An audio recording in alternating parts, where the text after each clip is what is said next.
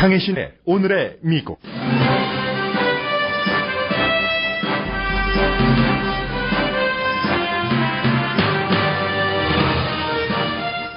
연방 법무부는 힐러리 클린턴 후보의 이메일 조사 케이스를 종결시켰습니다. 연방수사국장은 지금 의회 청문회에서 공화당 의원들의 불만 강한 질문에 답하고 있습니다. 제임스 코메이 연방수사국장은 법무부에서도 증거를 바탕으로 할 때 클린턴 후보를 기소하지 않았을 것이라면서 클린턴 후보는 FBI 조사를 받을 때 거짓 증언을 하지 않았다고 밝혔습니다. 민주당 의원들 가운데 상당수가 클린턴 후보를 지지하지 않는다는 이유로 버니 샌더스 후보를 비난합니다. 샌더스 후보는 다음 주 초 클린턴 후보를 만난 뒤에 공식 지지할 것으로 보입니다. 도널드 트럼프 후보가 오늘 의사당에 갔습니다. 200명 이상의 하원 의원이 트럼프 후보를 만나기 위해 모였습니다. 루이지아나주에 이어 미네소타주에서도 백인 경관이 쏜 총에 흑인이 숨졌습니다. 루이지아나주 케이스는 이례적으로 연방수사국이 조사하고 미네소타주 사건 현장은 숨진 흑인의 여자친구가 생중계 형식으로 페이스북에 올렸습니다. LA 타임즈가 베버리 힐스 시의 이기심을 비난하는 사설을 실었습니다. 마리화나가 의료용으로 합법화된 주에서는 일부 처방약의 수요가 줄어들었습니다.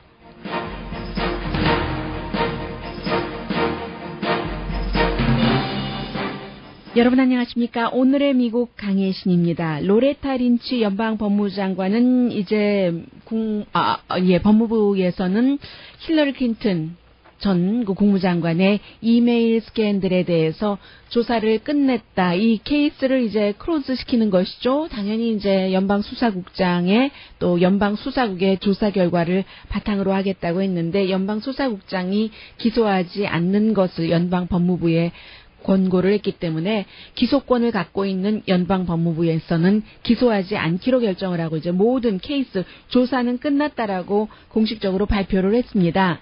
그런데도 불구하고 지금 공화당이라든가 대표적으로 도널드 트럼프 공화당 대통령 후보로 확정적인 인물이나 그밖에 많은 사람들이 굉장히 비난을 하고 있습니다. 아니 법이 다르게 적용이 된다. 힐러리 클린턴은 말하자면 우리가 경제 비상사태가 있었을 때 가장 많이 했었던 것이 저 회사 무너지면은 굉장히 많은 사람들이 힘들어지니까 직원들이 too big to fail 무너뜨리기는 너무 크다 하는 것이 그대로 힐러리 클린턴에게 적용돼서 역시 FBI도 힐러리 클린턴이 is too big to jail 제일에 보내기는 너무 큰 인물이다. 이런 표현들을 많이 하고 있고요. 그리고 이제 마담 서바이버 어떠한 스캔들에도 힐러리 클린턴이 다 살아남고 마는구나 이런 것이요. 그리고 이제 대부분의 언론들은 이게 끝이 아니다. 끝이 아니니까 지금 다시 연방수사국장이 의회 청문회에 출석을 하는 것이겠죠.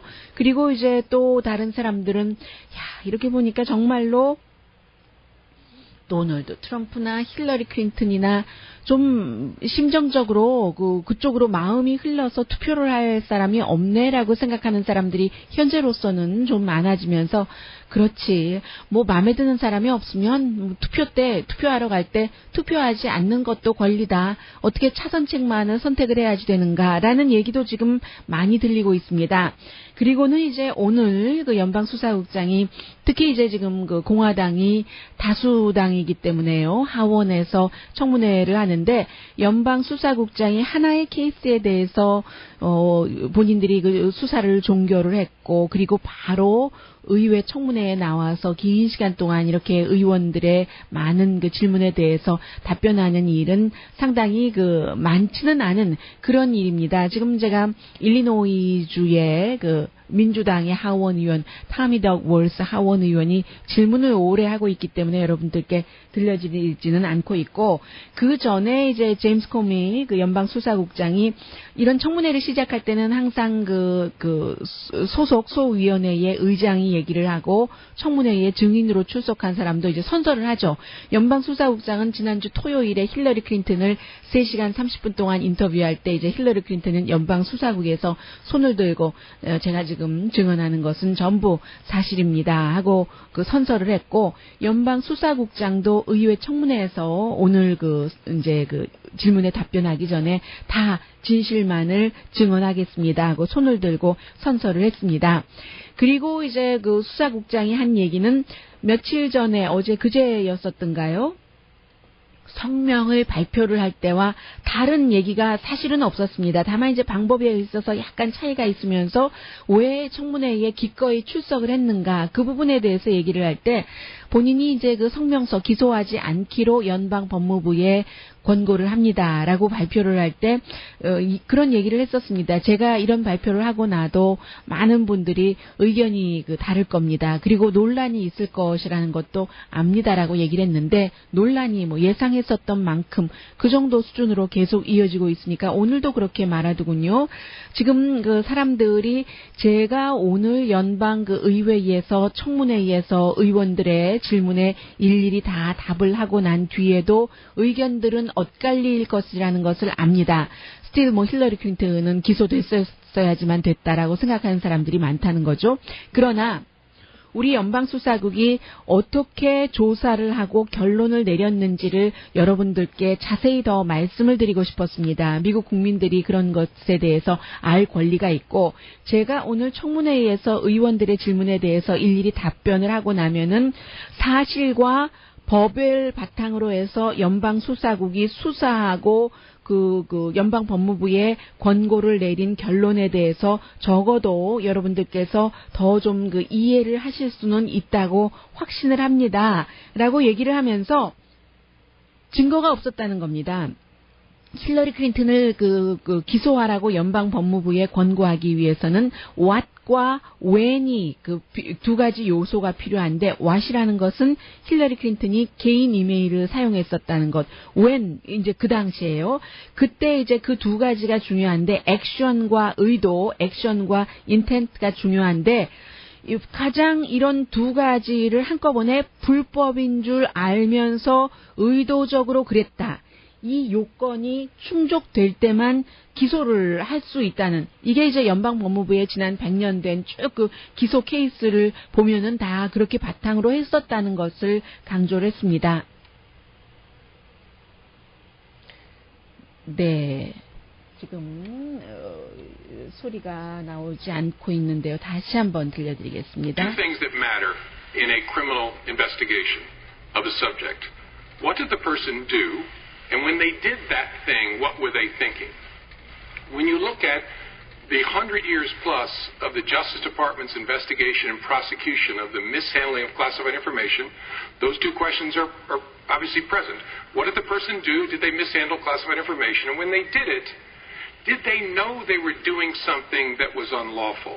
That has been the characteristic of every charged criminal case involving the mishandling. 모든 형사 케이스 100년 플러스군요. 딱 100년이 아니라 그때의 이제 연방 법무부에서 그런 형사 조사 기소한 케이스를 보면은 what이라는 것이 비밀스러운 중요한 그런 정보를 핸들할 때, when 핸들할 그 당시에 불법인 줄 알면서 의도적으로 그랬을 때 기소가 되는데, 힐러리 클린턴은 그렇지 않다는 겁니다. 그리고 오늘도 여전히 그런 얘기는 했어요. 힐러리 클린턴과 그의 스태프들이 부주의하게 비밀 정보를 다뤘다는 증거는 있지만 그게 이제 의도적으로 그랬다는 것이 없기 때문에, 본인이 아주 연방 법무부를 잘 알고 법무부의 넘버 2맨으로 일을 했었으니까요. 조지 부시 행정부 당시에. 그리고 법무부 사람들도 수십 년 다 알고 하는데, 지금 법무부 내부에서도 합리적인 검사라면 이 경우에 대해서 최종적인 결정을 하는 특별 검사들이 있잖아요. 법무팀에, 연방 법무부에. 그 합리적인 검사라면은 우리가 조사한 이런 것들을 다 바탕으로 할 때 기소하지 않았을 것이다 라고 다시 강조를 합니다. No reasonable prosecutor would bring the second case in 100 years focused on gross negligence. And so I know that's been a source of some confusion for folks. That's just the way it is. I know the Department of Justice. I know no reasonable prosecutor would bring this case. I know a lot of my former friends are out there saying they would. I wonder where they were the last 40 years, because I'd like to see the cases they brought on gross negligence. Nobody would, nobody did. 정말로 뭐 대단한 그 부주의 그런 것이 있었음에도 불구하고 본인 뭐 함께 일했었던 사람들도 있고 친구들도 그 연방 법무부에 있고 하는데 합리적인 그런 검사라면 이번 케이스로 절대로 그 기소하지 않았을 것이다라고 얘기를 하면서 힐러리 클린턴의 그 이메일 그 시스템이 성공적으로 해킹당했다는 직접적인 증거도 찾지 못했다고 했습니다. 물론 누군가가 그 적이 그런 것들을 봤을 가능성은 있지만 항상 증거잖아요. 미국은 그 증거 그 기본 그 국가이기 때문에 그리고 이제 연방수사국에서 조사받을 때 선서하고 나서는 거짓 증언을 하지 않았다. 그러니까 조사를 오랜 동안 1년 넘게 하고 나서 마지막으로 조사 한가운데에 있는 그 혐의를 받고 있는 힐러리 클린턴 자체를 지난 그 토요일에 3시간 30분이나 인터뷰를 했죠. 그때 이제 절대로 선서하고 나서는 거짓말을 한 것이 없다. 오늘 내가 다시 이렇게 얘기하는 것은 연방수사국의 투명성을 강조를 하고 있습니다. 우리가 얼마나 깨끗하게 조사를 했는가 하는 것. 그리고 다시 말씀드리지만 공화당입니다. 공화당이지만 굉장히 그 독립적으로 일하는 사람. 그야말로 이 제임스 코메 그 연방 수사국장이야말로 프로 중에 프로라고 지적을 받고 있는 사람이죠. 그럼에도 불구하고 공화당의 폴 라이언 하원 의장은 힐러리 클린턴 민주당 후보는 국가 그 안보 브리핑을 받아서는 안 된다. 후보들에게 그 안보 브리핑을 해주니까요. 어느 정도 이제 후보가 되는 것이 확실시 된 다음에 제일 먼저 하는 것이 그 비밀 경호원을 딱 대동시키는 것이고 그 다음에는 이제 여러 가지를 그 브리핑을 해주잖아요. 두 사람 가운데 한 사람이 대통령이 될 것이니까 자연스럽게 현직 대통령과 현직 행정부와 인수인계 과정이 이뤄지도록 그런 브리핑을 하는데 힐러리 클린턴은 그렇게 함부로 그런 것을 취급을 하고 마음대로 하는데 그런 사람에게 브리핑을 해서는 되겠는가 하고 폴 라이언 그 하원 의장이 주장을 하고 있습니다. 그리고 지금 이제 그 도널드 트럼프가 의회에 갔는데 워싱턴 DC에 갔는데 전국위원회 그 공화당 의장을 포함해서 적어도 200명 뭐 280몇 명이잖아요. 공화당 그 하원 의원이 이런 사람들이 다 그 참여를 했습니다. 싫다 하면서도 도대체 뭐라고 말하는지 가까이서 좀 그 들어봐야지 뭐 하면서 간 사람들도 있을 테고 뭐 좋아하면서 간 사람들도 있을 테고요. 그리고 이제 공화당이 전당대회가 얼마 남지 않았기 때문에 다음 주 월요일부터 사흘 동안 하잖아요. 18일부터로 기억하고 있는데요. 그러면 2주일도 채 남지 않은 상황에서 그때는 부통령 후보를 딱 결정을 해야지 되는 거잖아요.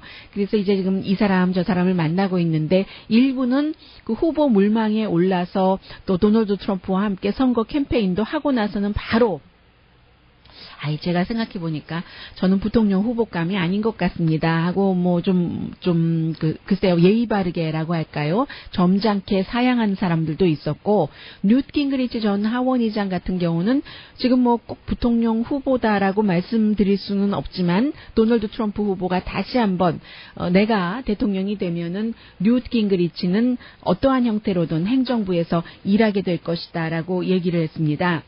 그리고 이제 어제 오늘 그 버니 샌더스에 관한 얘기가 많이 나오고 있는데 어제는 뭐 CNN의 울프 블리처와도 단독 인터뷰도 하고 하던데 어제 아침이었습니다. 하원 그 민주당 의원들과 버니 샌더스 아직까지 기술적으로 후보가 만났는데 많은 의원들이 그 버니 샌더스 후보에게 그런 말하자면 그렇게 한 거예요.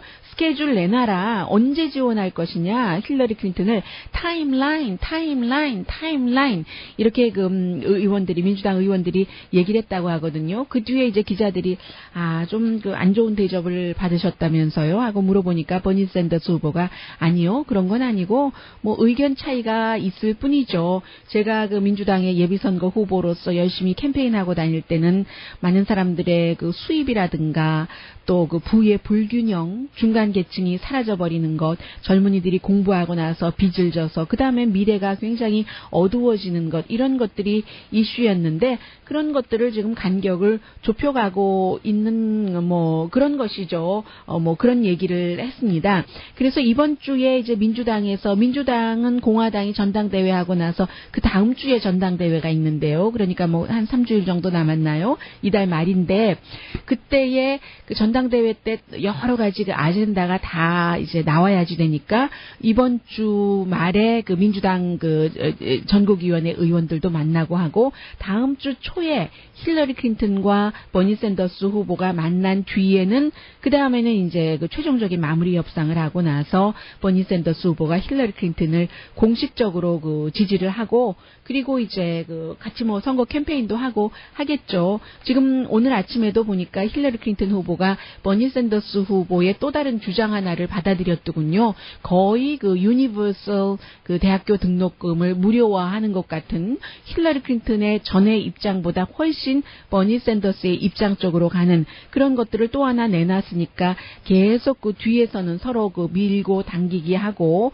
그러는 일들이 이루어지고 있다는 것을 볼 수가 있습니다. 미국 사람들은요, 이제 이미 그 대통령 그 선거에 관한 관심이 많아졌거든요. 지난주 일요일이었습니다. 제가 이제 패사디나 근처에 살기 때문에 일요일에 이제 이렇게 뭐 동네를 산책하고 있는데 패사디나 컨벤션 센터에서 어떠한 그 이틀 동안 토요일, 일요일 이틀 동안 그 정치 컨벤션 같은 것이 열리는 것이었어요. 당 차원에서 열리는 것은 아니었지만 그래서 뭐 제임스 카빌 같은 민주당 사람들도 나왔고 세라 페일린도 나왔고 그리고 수많은 사람들이 뭐 도널드 트럼프를 공격하기도 하고 버니 샌더스를 지지하기도 하고 힐러리 클린턴 지지 공격도 다 있었고 이슈별로 뭐 굉장히 그 많은 일들이 벌어지고 있는데 특히 그 컨벤션에서는 젊은이들이 상당히 그 많이 와서 행사가 각 패사디나 컨벤션 센터에 방이 많잖아요. 홀도 많고 인디펜던스 홀 뭐 등등 해서 그래서 치러지고 있는 굉장히 많은 이벤트들에 젊은 사람들이 그 정치 이벤트인 만큼 일요일인데도 불구하고 저도 그 $30 내고 들어갔는데요. 일요일인데도 불구하고 굉장히 그 단정한 옷차림으로 뭐 정치에 관심이 있는 정치인이 되고자 하는 청소년들도 있을 테고 아니면 사회 문제에 관심이 있어서 나온 영 어덜트도 있을 테고요. 이제는 이미 미국 사람들은 대선에 굉장한 많은 그 관심을 보이고 있구나 하는 것을 느낄 수 있었던 뭐 그런 뭐 시기이기도 합니다. 지금이.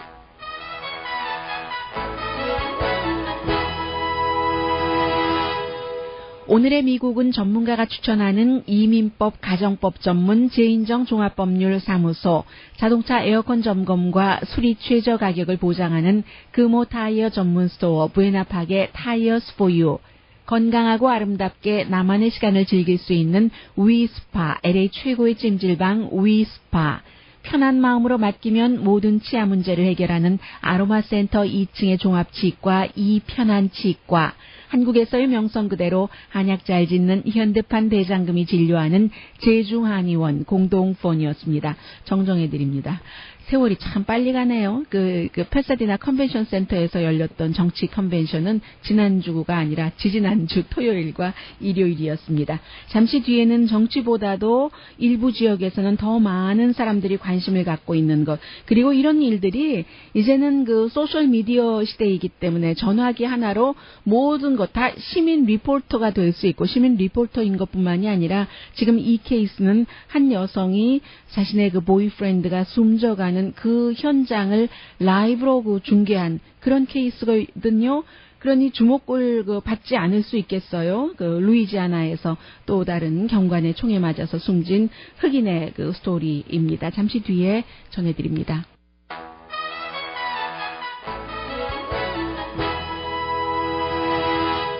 라디오 서울 방송 오늘의 미국 듣고 계십니다. 4살짜리 여자친구의 아이와 딸인 것 같던데요. 걸인 것 같던데요. 그리고 여자친구와 32살 미네소타주의 로컬 그 스쿨에서 카페테리아 슈퍼바이저로 일하는 흑인 남성이었습니다. 이 남성이 이제 운전을 하고 어딘가를 가던 길이었어요. 그리고 이 남성은 32살의 흑인 남성이었는데 한 번도 감옥에 간 적이 없습니다. 굉장히 클린한 사람이에요. 그러니까 학교 카페테리아에서 슈퍼바이저로 일할 수 있었겠죠.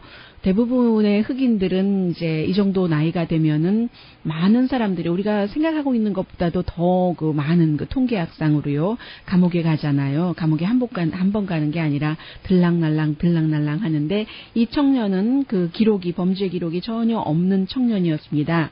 경찰로부터 이제 설하는 명령을 받았어요. 왜 설하는 명령을 받았냐면 깜빡이 등이죠. 테일라이트이 깨졌기 때문에 그래서 이제 세우라고 해서 이제 세웠겠죠, 당연히.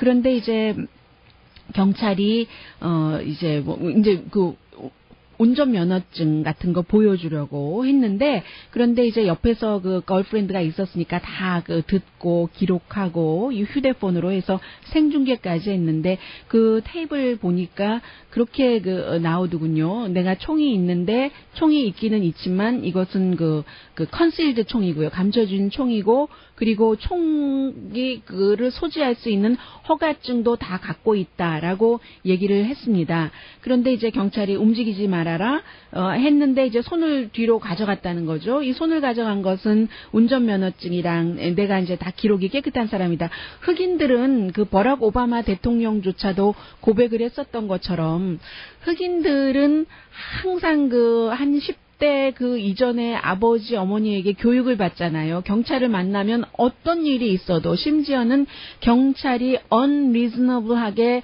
너를 대하더라도 그들에게 대항하지 말아라 라고 얘기를 하잖아요. 억울해도 정말 입술을 깨물면서 참아라. 하라는 대로 시키는 대로 해라. 이것을 교육을 받잖아요. 조금만 움직이면은 이게 이제 경찰들도 또 자기 방어 이런 것들이 있기 때문에 총을 쏠 위험이 많아서 그런데 결국은 이제 그 과정에서 이 32살의 청년이 경찰 총에 맞아서 숨지고 만 겁니다. 총도 한 발 맞은 게 아니라 여러 발 맞은 거예요. 그러니까 4살 된 이 걸과 이 보이프렌드의 거의 죽음을 병원에 옮겨지자마자 몇 분 만에 숨졌다고 하니까요. 그것을 이제 이 사람들이 다 본 것인데 운전면허증과 자동차 등록증 이런 거 내놓으라고 처음에 했겠죠. 그러니까 그런 거 찾으려고 했는데 경관이 그 사이에 우리 보이프렌드에게 쏘지 말라고 하는데 그렇게 됐으니까 경관은 나중에 소리 이제 지르는 것 들어보니까 내가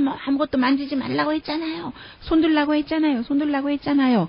했더는 그런 소리도 들립니다. 그리고 경찰이 이제 총을 한 4발에서 5발 정도 발사를 했는데 이런 것들이 그대로 페이스북에 라이브로 중계가 됐어요. 그리고 나서 잠시 이제 저는 어제 밤에는 보지 못했으니까요. 잠시 페이스북에서 내려졌다가 다시 이제 오늘 백업해서 올라왔는데 이런 것들을 보고 나서 사람들이 아름아름 굉장히 많은 사람들이 이제 또 시위를 한 겁니다. 경찰이 이래서 되겠는가 하는 그런 여러 가지 일들이죠. 그리고 어제 전해드렸던 것처럼 루이지아나에서도 마찬가지로 37살 이제 컨비니언스 스토어에서 CD를 팔던 사람, 그 사람이 이제 자주 그곳에서 CD를 팔았다고 하죠. 역시 총을 갖고 있었고 그 사람이 총을 갖고 있었던 이유는 친구가 강도를 당했기 때문에 그 뒤로 이제 총을 갖고 있었고 경찰이 그를 총을 쏘게 되기 전에는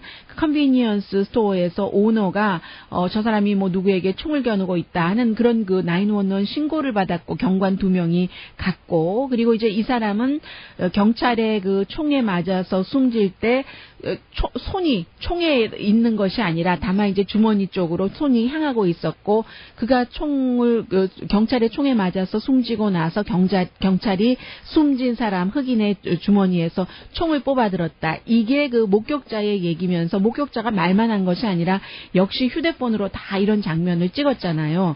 그래서 보통 경찰국이요. 어떤 조직이라도 마찬가지지만 경찰은 조금 더 그런 것에서 강한 거부감을 보이는데 우리 경찰국에서 일어난 이 일을 불과 하루 만에 우리 경찰국 내부에서 조사한다기보다 FBI FBI, 연방수사국 쪽으로 바로 수사해 주십시오 하고 의뢰하는 경우는 드물거든요. 이 루이지아나 케이스도 사람들이 너무 많이 그 불만을 하니까 바로 그 연방수사국에 의뢰를 했고, 물론 그 내부에서도 조사를 하죠. 이 2명의 경관이 지금 무급이 아니라 유급 그 정직 처분을 받았으니까 그 이후에 어떻게 할 것인가 수사가 계속되기 때문에 그렇기는 하지만, 어쨌든 요즘은 이런 일이 일어나면은 몇 번의 큰 그 사건 이후에 자꾸만 이렇게 또 휴대폰으로 모든 정황이 다 드러나잖아요. 그리고 뭐 당연히 경찰도 그 카메라, 경찰차의 카메라도 다 돌아갔을 테고요. 그런 것들 해서 그 요즘은 어떻게 보면은 그 무고한 그 죽음 같은 것에 대해서는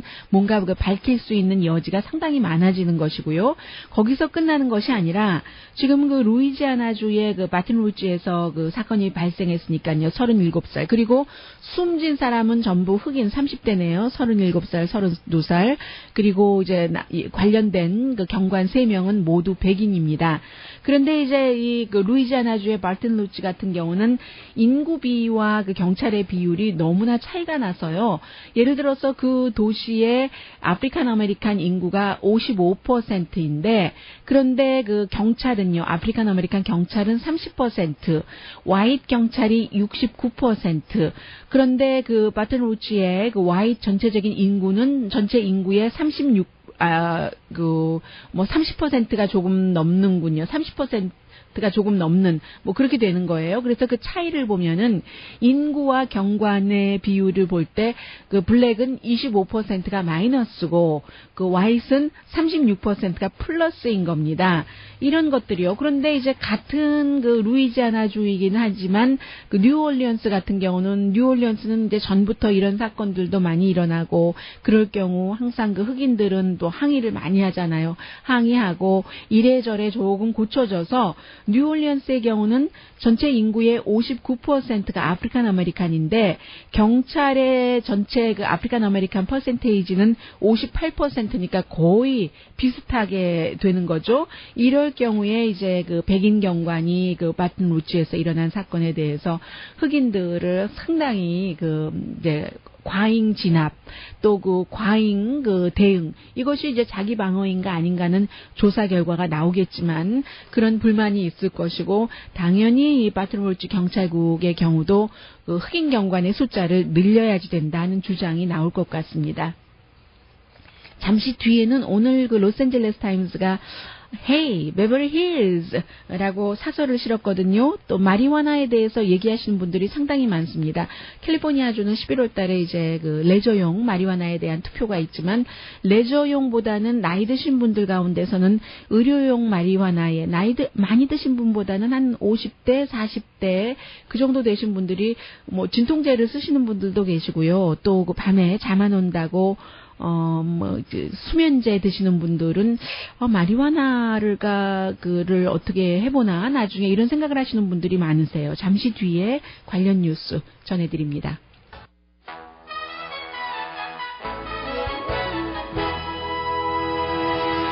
라디오 서울 방송 오늘의 미국 듣고 계십니다. Hey, 베버리 힐즈 하고 로스앤젤레스 타임스가 사설에서 그 다음에 뭐라고 얘기했을까요?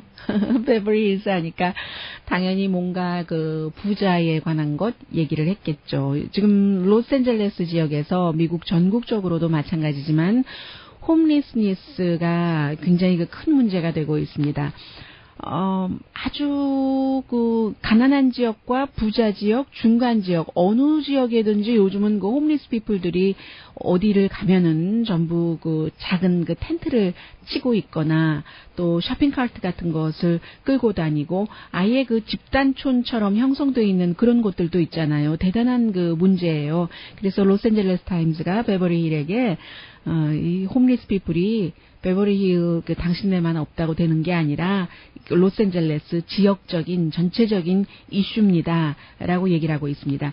얼마 전에 그 베버리 힐스 공공국의 한 그 행정관이요, 제임스 라타라는 행정관이 이렇게 얘기를 했답니다. 본인도 얘기하다가 이거 실수인가 해서 좀 이렇게 주워 담긴 했는데 제대로 주워 담지 못한 그런 말이에요. 그래서 우습기도 하고 또 오싹하게 질리게도 했었던 말이라는데, 무슨 말이냐면은 제가 정말 이것을 기쁨을 가지고 가지고 얘기하지 않을 수가 없네요. 웨스트 헐리우드의 경우에는 하다가 꼭 그런 건 아니고요라고 했어요.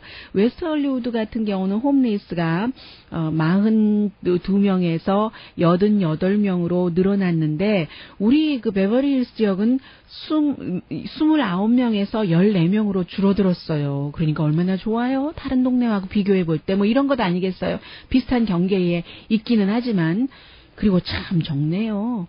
이 웨스트 LA가 88명, 베버리힐스가 14명.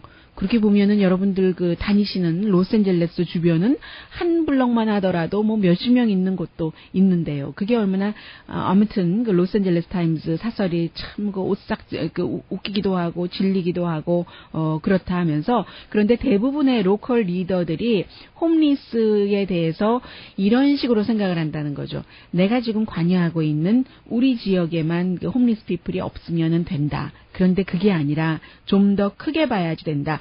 그래서 미국에서 뭐 전체적으로도 그렇고 지금 그 세크라멘토에서부터 LA 카운티 행정관도 이 문제에 대해서 많이 의논을 해왔었는데 그 베버리힐즈의 경우도 사실은 지난 몇 년 동안 홈리스 피플들을 돕기를 한 것이 사실이라고 그 얘기를 하고 있습니다. 예를 들어서 비영리 기구, 그 세러본 세컨이라는 비영리 기구와 베버리힐스 그 관계자들이 계속 그 연결을 해서 홈리스 피플들에게 그 건강 그 서비스도 주고 또 그 주택을 찾을 수 있도록 머물 수 있는 곳을 찾을 수 있도록 참 많이 도와줬다. 그런데 참 얄밉네요. 얄미워. 베버리힐즈에서는 그렇게 도와주긴 했는데 자기네 동네가 아니라 다른 동네로 나가라고요. 참 나온. 그렇게 도와주긴 했는데 그렇다는 얘기입니다. 그리고 또 하나는 뭐 이것은 뭐 흔히 우리가 보는 일이니까요. 베버리힐스에서는 민간 경비 회사를 고용해서 대사라고 부르면서 무슨 앰베서더예요? 그냥 경비를 하는 전문가죠. 대사라고 부르면서 상업지구에 쭉 그 파견을 시켜서 시의 뭐 파킹 그라지라든가 이런 곳에서 국어를 하는 사람 아니면 뭐 그냥 앉아 있는 홈리스 피플을 내쫓는 그런 일을 하는 그 뭐 몇 년 동안 열심히 일했습니다. 이거 뭐 비꼬는 건가요? 로스앤젤레스 타임즈 사설이에요. 그렇게 얘기를 했는데 홈리스 피플 문제는 정말 그 심각하다고 얘기를 하고 있습니다. 로스앤젤레스만 하더라도 88군데의 시가 있기 때문에 이게 그 자신들 지역에 있는 그런 홈리스 피플을 베버리힐스처럼 다른 동네로 내쫓고 그 사람이 산 목숨인데 그럼 죽습니까? 그건 아니잖아요. 홈리스 피플도 살아야 되잖아요. 그런데 내 눈앞에서 살지 말고 다른 동네 가서 살아라 하면서 도와줬다는데 그 도와준 건 아니죠. 사실은 굉장히 위선적인 도움이네요. 왜 갑자기 또 화가 날라 그래. 이래서 안 돼요 저는. 참. 그렇다고 하면서 이것은 홈리스 피플을 근본적으로 로스앤젤레스 88군데의 도시가 함께 어떻게 하면 홈리스 피플들이 홈리스 피플이라는 처지에서 뭐 나올 수 있는 사람이라면 모두가 나올 수 있는 것은 아니죠. 그렇게 도와준다는 적어도 근본적으로 문제를 풀 수 있을지 없을지는 모르나 근본적으로 문제를 풀려는 노력을 해야지 우리 동네에서 다른 동네로 내쫓아내는 그런 것을 갖고 기쁘다고 또 얘기하는 그 차원은 아니라고 얘기를 하고 있습니다. 홈리스 피플 문제는 스키드로 지역만의 문제가 아니고 로스앤젤레스 다운타운이요. 베니스, 산타모니카만의 문제가 아니고 모든 카운티의 문제고 또 그 모든 주민, 이웃, 학교 밖, 프리웨이, 뭐 위, 아래, 주변 다 해당되는 문제이기 때문에 모든 도시가 함께 일을 해야지 된다는 얘기입니다. 로스앤젤레스 카운티에 지금 홈리스 피플이 한 47,000명 정도 있다고 하잖아요. 그래서 헤이 베버리힐스 이렇게 사설을 실었습니다. 왜 그 사설 제목 뉘앙스가 그렇게 나왔는지 알 것 같네요.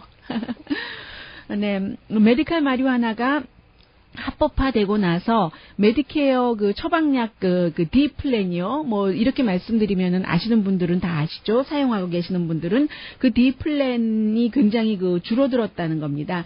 요즘에 처방약 값이 점점 비싸져서 소비자들이 무척 힘들잖아요. 해서 나이 드신 분들이 점점 이제 대체 쪽을 찾고 있는데 그 사이에 미국의 이제 그 25군데 주에서 의료용으로 합법화를 했잖아요. 그리고 오하이오주와 펜실베니아주는 올해 통과가 됐고 또 뭐 플로리다라든가 또 한 주 있는데요.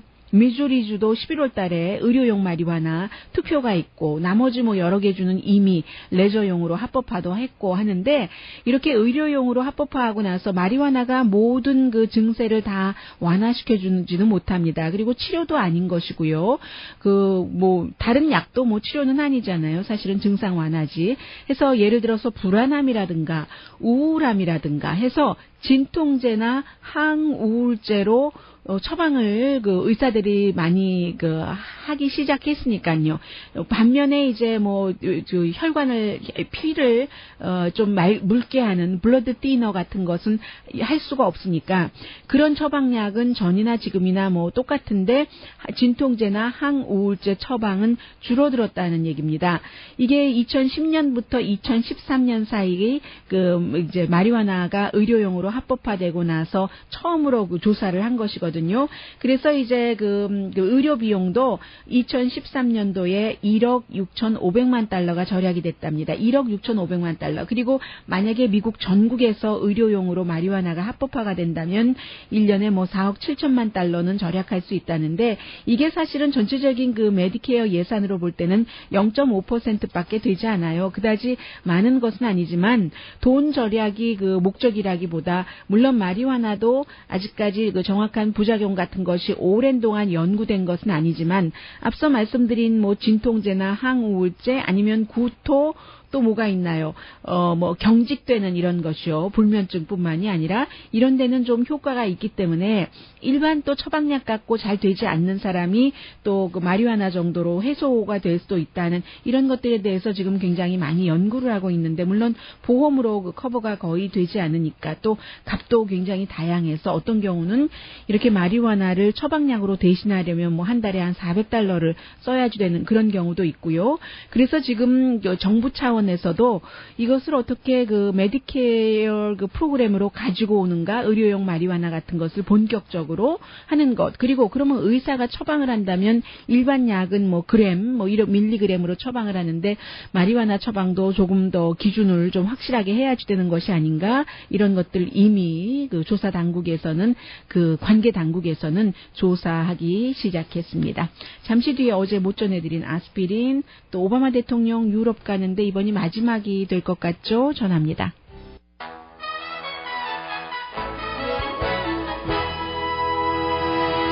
라디오 서울 방송 오늘의 미국 듣고 계십니다. 어제 이제 아스피린 한 말씀만 드렸는데 미국의 그 성인 가운데서 나이가 50세에서 69세 사이, 그러니까 50세 미만과 70세 이상에는 그 별로 권하지 않아요. 새로운 아스피린에 관한 그 권고거든요. 미국 예방의학관리국이 발표한 그런 내용입니다. 그래서 심장질환 위험이 있거나 결장암 그 위험이 있고 이미 뭐 심장질환을 경험한 그런 사람에게는 베이비 아스피린이요, 뭐 81mg짜리를 하루에 하나씩 먹도록 권하고 있습니다. 이제 새로운 접근인데 이게 꼭 심장질환뿐만이 아니라 암을 예방하기 위해서도 아스피린을 먹으면 좋다 하는 게 이제 추가가 돼서 미국 그 암협회의 에릭 제이콥스 씨가 뉴욕타임스와의 인터뷰에서 밝혔는데 당뇨라든가 비만이라든가 이런 것들이 있을 경우에 이제 뭐 심장질환과도 연관이 되고 뭐 그렇잖아요. 그래서 베이비 아스피린을 권했는데 결장암에도 암 중에서도 뭐 여러 암이 있는데 결장암에도 이 뭔가 그 베이비 아스피린이 조금 그 도와준다는 겁니다. 그런데 이렇게 그 암에 걸릴 위험이 없다던가 뭐 심장질환에 위험이 없는 사람에게 아스피린을 권하는 것은 조금 그 위험할 수 있고요. 왜냐하면 피를 묽게 하는 것이 가장 큰 역할이니까 뭔가 그 출혈이 있을 수 있어서 위출혈 같은 것이 있을 수 있어서 그런 것이죠. 그래서 이제 적어도 심장마비에 걸릴 확률이 10% 있거나 앞으로 10년 동안 그런 그 확률이 있는 사람에게 권하고 있고 그리고 다시 말씀드리지만 50대 미만이나 70대 이후에는 권하지 않는답니다. 더군다나 이제 과거에 그 위출혈이 있었던 사람은 아스피린을 먹으면 안 된다고 하고요. 물론 그럼에도 불구하고 심장 질환이나 다른 질환이 있는 그런 사람은 또 의사와 확인을 해야지 되겠죠. 또 뭐가 있습니까?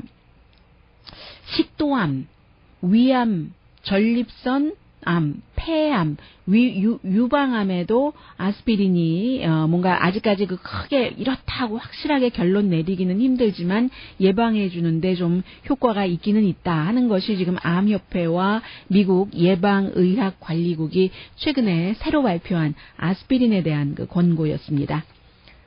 네, 버락 오바마 대통령 이번 주에 가장 크게 했었던 일은 힐러리 클린턴 후보를 지지합니다. 저를 지지하신다는 분이시라면 저의 레가시를 위해서 힐러리 클린턴에게 투표를 해주십시오. 노스캐롤라이나주에서 선거 캠페인을 했고 오늘 유럽으로 떠나거든요.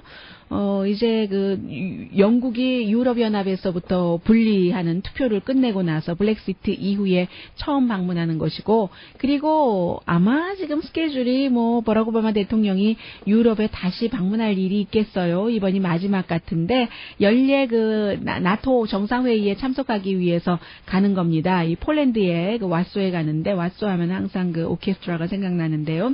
폴란드에 가는데, 폴란드에 가서 미국 대통령이 어느 나라에 가면 딱 그 나라 그 목적 하나만 완성하고 있지 않잖아요. 그래서 가면은 이제 블랙시트에 대해서도 당연히 얘기를 할 테고, 유럽연합이 약해지면은 또 나토가 강해질 수도 있고 강해져야지 될 그럴 것들도 있고, 또 테러에 대해서도 나토가 워낙에 공습 같은 것도 많이 주도를 하고 있기 때문에요. 얘기를 할 테고, 시리아, 이라크, 러시아 문제도 안건인데, 오바마 대통령이 이제 폴란드로 떠나기 전에 이미 블라디미르 푸틴 러시아 대통령과는 통화를 했답니다. 통화도 했고 가서 이제 따로 만나기도 할 텐데, 오바마 대통령과 블라디미르 푸틴 러시아 대통령은 자연스럽게 코드가 맞는 사람은 아니에요. 그런 사람은 아니지만 그럼에도 불구하고 서로 어떤 형태로든 양국의 지도자이잖아요. 성격이 많이 달라도. 그래서 이제 양국의 지도자이기도 하고 세계의 파워 국가의 리더이기도 하고 하기 때문에 또 따로 만나는가 봅니다.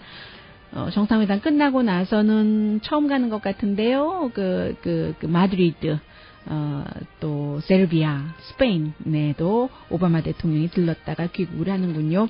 오늘의 미국은 전문가가 추천하는 이민법, 가정법 전문 제인정 종합법률사무소, 자동차 에어컨 점검과 수리 최저 가격을 보장하는 금호 타이어 전문 스토어 부에나팍의 타이어스 포 유, 건강하고 아름답게 나만의 시간을 즐길 수 있는 위스파, LA 최고의 찜질방 위스파, 편한 마음으로 맡기면 모든 치아 문제를 해결하는 아로마 센터 2층의 종합치과 이편한 치과, 한국에서의 명성 그대로 한약 잘 짓는 현대판 대장금이 진료하는 제중한의원 공동폰이었습니다. 10시에 좋은 아침, 좋은 하루 방송됩니다. 일을 어떤 형태로든 잘하려면은요, 또 더군다나 큰 일을 하려면, 스트레스 많은 일을 하려면 체력이 좋아야 되겠다는 생각 다시 한번 합니다. 제임스 코메 연방수사국장 꼿꼿이 앉아서 몇 시간 동안 아주 의원들의 날카로운 질문에 답변하고 있네요. 강혜신이었습니다. 10시에 좋은 아침, 좋은 하루 방송됩니다.